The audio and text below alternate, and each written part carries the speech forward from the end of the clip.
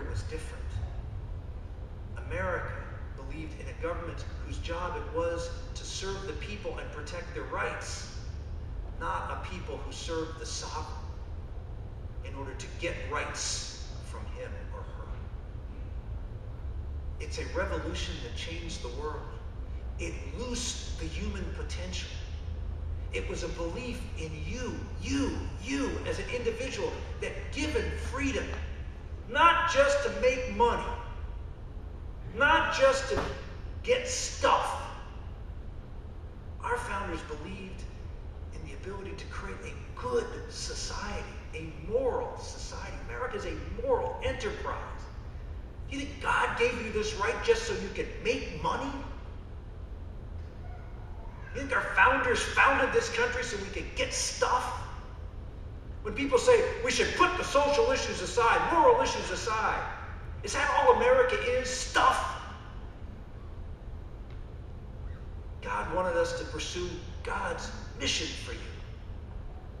To be good husbands and fathers, or people of faith who lived out their faith, to form great moral people of moral character and virtue.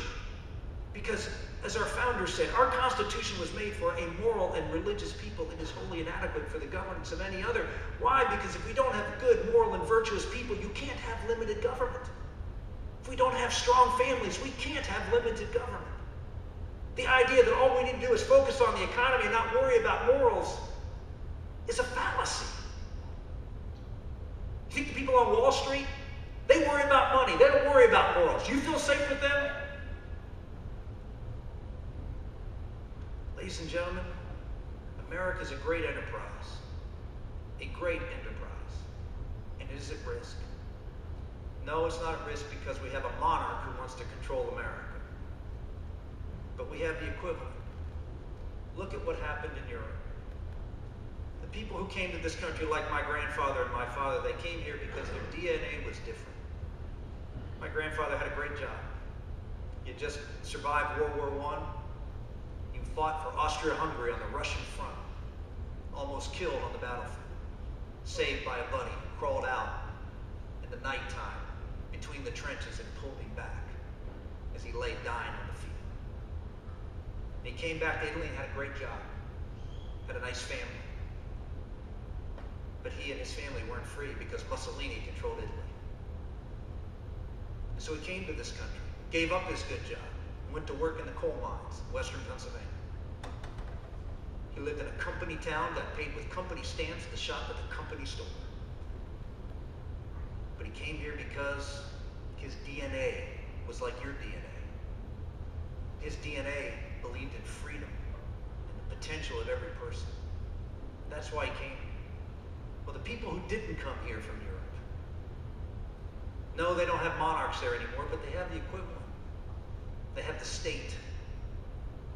And their entitlement attitude is evident in Greece and every other country in Western Europe that you see them protesting because they're taking away their government benefits.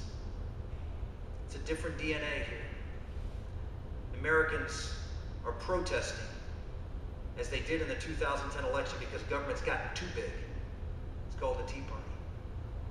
Our DNA is different, but we have a group of people in Washington, D.C. who want us to be like Europe, who want to be the sovereigns, who want the rights and then to spread them around, the right to health care, the right to abortion. Those of us who've been in the pro-life movement saw this rights issue coming. If the government can decide who lives and who dies, they certainly can decide who gets health care and who doesn't.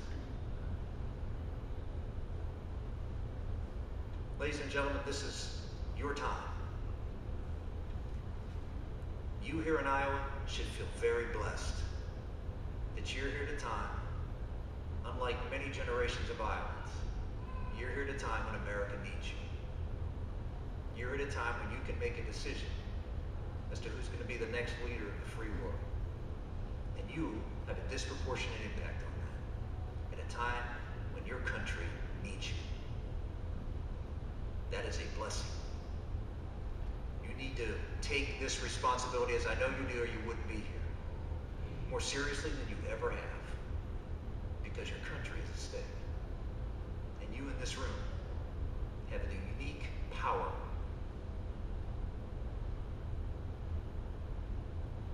to bring America back from the brink.